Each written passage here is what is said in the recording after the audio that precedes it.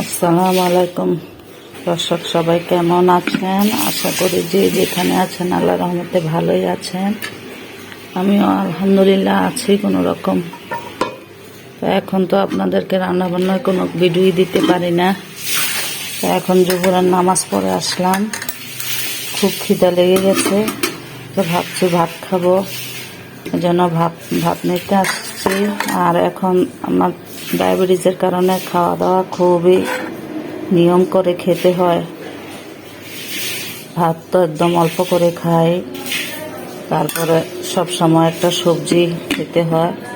তো আজকে লাউ রান্না করছে, বেশি করে লাউ দিয়ে, তারপর সিম দিয়ে মাছ দিয়ে রান্না করছে। তো সিমটা তেমন খাবো না, শুধু লাউ দিয়ে আর মাছ দিয়ে খাবো।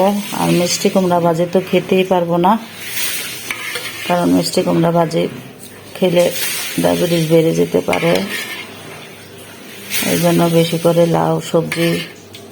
আর লাউটা তো আমাদের নবীজি পছন্দ করতেন, এটা একটা সুন্নতি ফল।